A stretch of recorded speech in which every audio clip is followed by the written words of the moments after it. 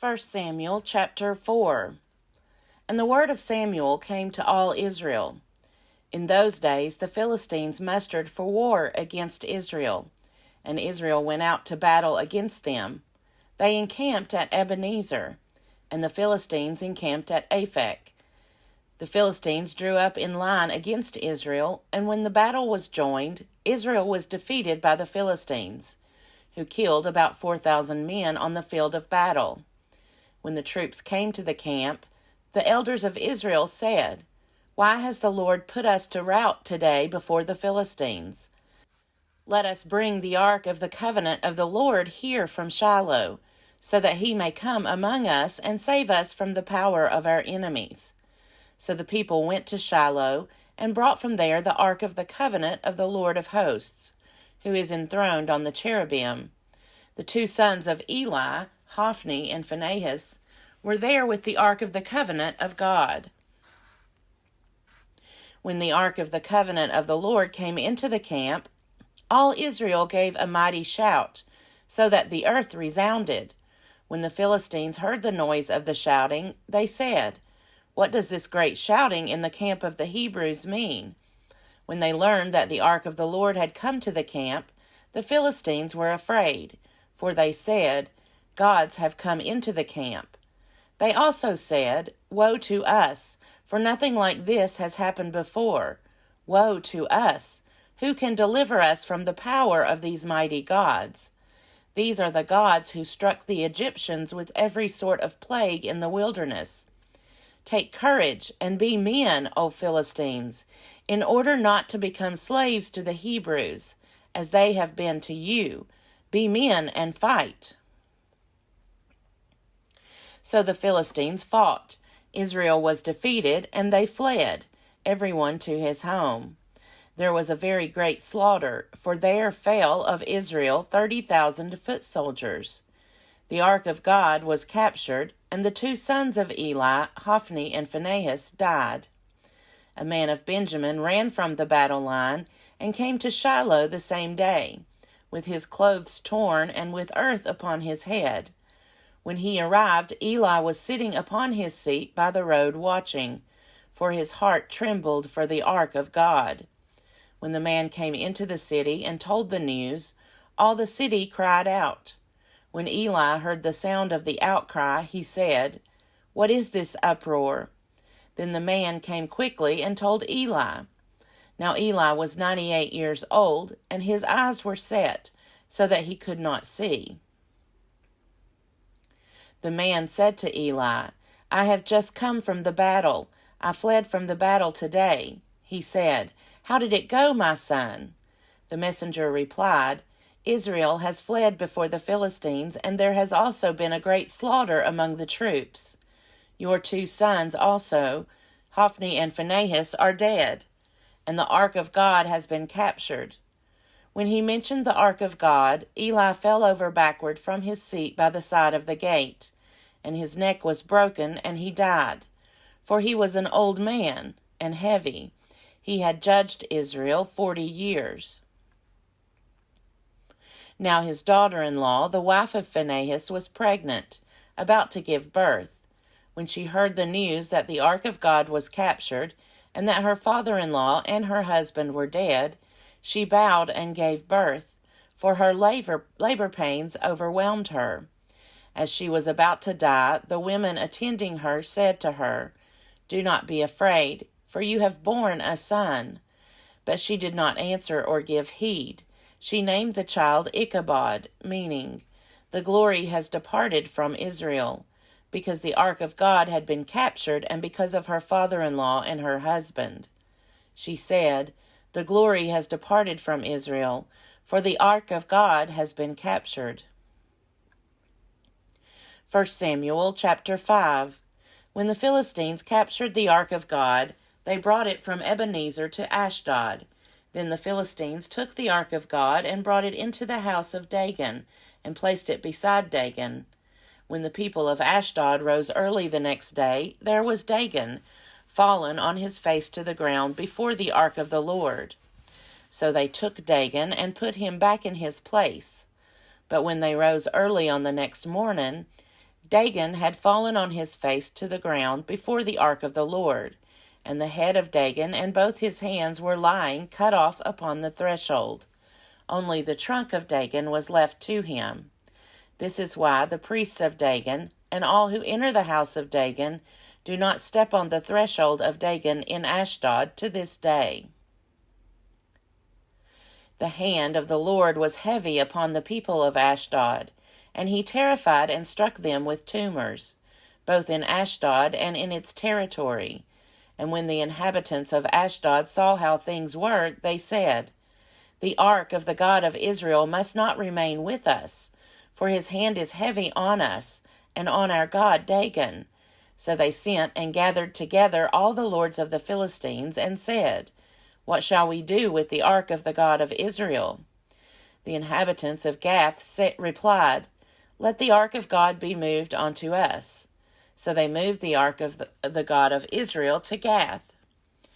But after they had brought it to Gath, the hand of the Lord was against the city, causing a very great panic. He struck the inhabitants of the city, both young and old, so that tumors broke out on them. So they sent the ark of the God of Israel to Ekron. But when the ark of God came to Ekron, the people of Ekron cried out, "Why have they brought around to us the ark of the God of Israel to kill us and our people?" They sent therefore and gathered together all the lords of the Philistines and said, "Send away the ark of the God of Israel, and let it return to its own place, that it may not kill us and our people." For there was a deathly panic throughout the whole city. The hand of God was very heavy there. Those who did not die were stricken with tumors. And the cry of the city went up to heaven. 1 Samuel chapter 6. The ark of the Lord was in the country of the Philistines 7 months. Then the Philistines called for the priests and the diviners and said, "What shall we do with the ark of the Lord? Tell us what we should send with it to its place." They said, "If you send away the ark of the God of Israel, do not send it empty, but by all means return him a guilt offering. Then you will be healed and will be ransomed. Will not his hand then turn from you?" And they said, "What is the guilt offering that we shall return to him?" They answered, 5 gold tumors and 5 gold mice, according to the number of the lords of the Philistines. For the same plague was upon all of you and upon your lords. So you must make images of your tumors and images of your mice that ravage the land, and give glory to the God of Israel. Perhaps he will lighten his hand on you and your gods and your land. Why should you harden your hearts as the Egyptians and Pharaoh hardened their hearts? After he had made fools of them, did they not let the people go, and they departed?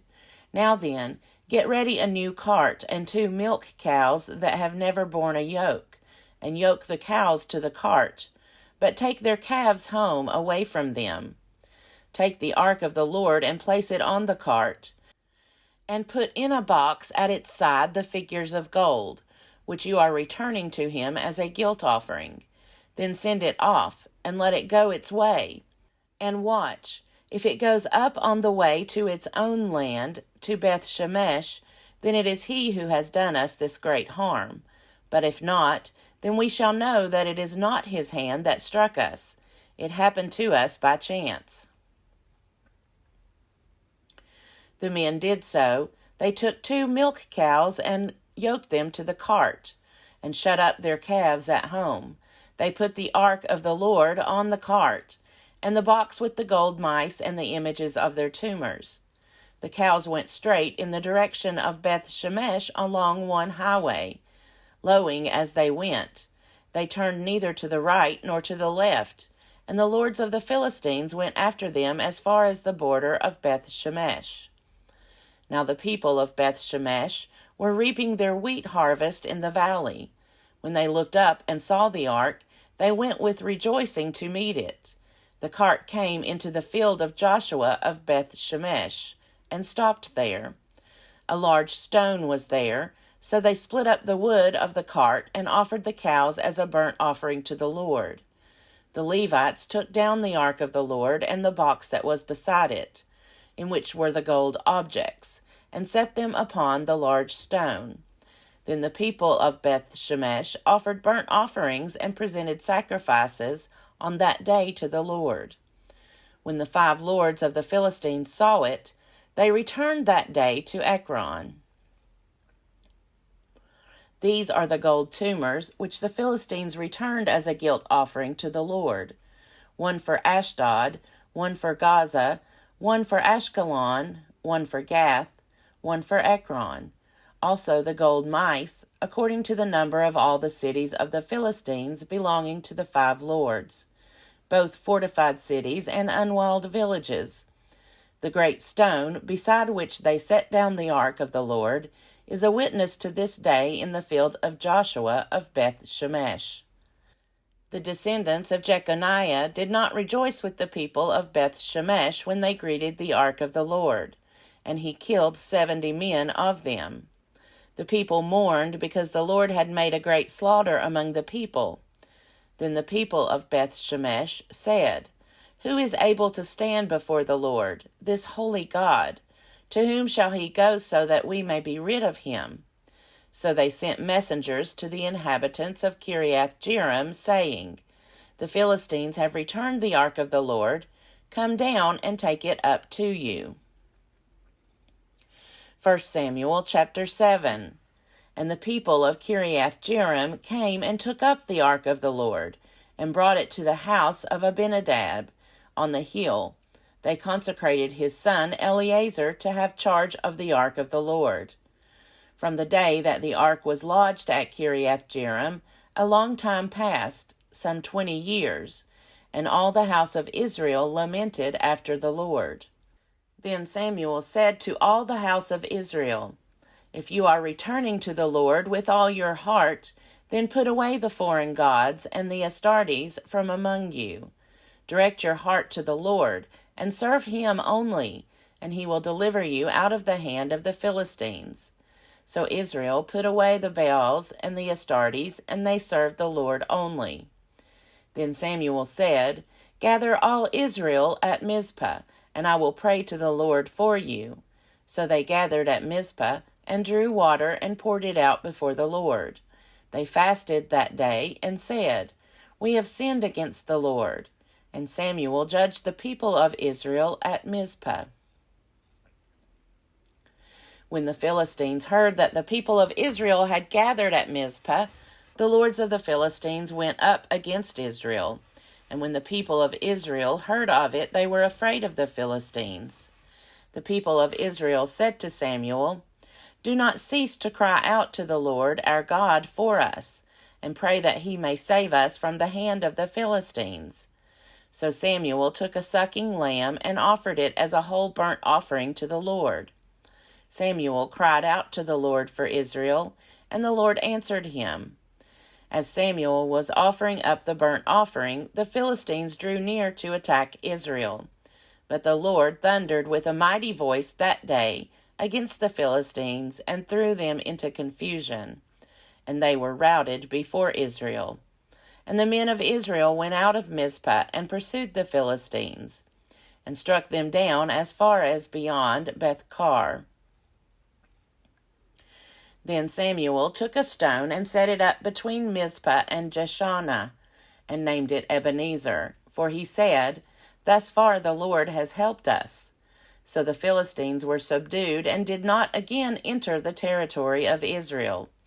The hand of the Lord was against the Philistines all the days of Samuel. The towns that the Philistines had taken from Israel were restored to Israel, from Ekron to Gath, and Israel recovered their territory from the hand of the Philistines. There was peace also between Israel and the Amorites. Samuel judged Israel all the days of his life. He went on a circuit year by year to Bethel, Gilgal, and Mizpah, and he judged Israel in all these places. Then he would come back to Ramah, for his home was there. He administered justice there to Israel, and built there an altar to the Lord. 1 Samuel chapter 8. When Samuel became old, he made his sons judges over Israel. The name of his firstborn son was Joel, and the name of his second Abijah. They were judges in Beersheba. Yet his sons did not follow in his ways, but turned aside after gain. They took bribes and perverted justice. Then all the elders of Israel gathered together and came to Samuel at Ramah and said to him, "You are old, and your sons do not follow in your ways. Appoint for us, then, a king to govern us, like other nations." But the thing displeased Samuel when they said, "Give us a king to govern us." Samuel prayed to the Lord, and the Lord said to Samuel, "Listen to the voice of the people in all that they say to you, for they have not rejected you, but they have rejected me from being king over them, just as they have done to me from the day I brought them up out of Egypt to this day, forsaking me and serving other gods. So also they are doing to you. Now then, listen to their voice. Only you shall solemnly warn them, and show them the ways of the king who shall reign over them." So Samuel reported all the words of the Lord to the people who were asking him for a king. He said, "These will be the ways of the king who will reign over you. He will take your sons and appoint them to his chariots and to be his horsemen, and to run before his chariots, and he will appoint for himself commanders of thousands and commanders of 50s, and some to plow his ground and to reap his harvest, and to make his implements of war and the equipment of his chariots. He will take your daughters to be perfumers and cooks and bakers. He will take the best of your fields and vineyards and olive orchards, and give them to his courtiers. He will take 1/10 of your grain and of your vineyards, and give it to his officers and his courtiers. He will take your male and female slaves, and the best of your cattle and donkeys, and put them to his work. He will take 1/10 of your flocks, and you shall be his slaves. And in that day you will cry out because of your king, whom you have chosen for yourselves. But the Lord will not answer you in that day." But the people refused to listen to the voice of Samuel.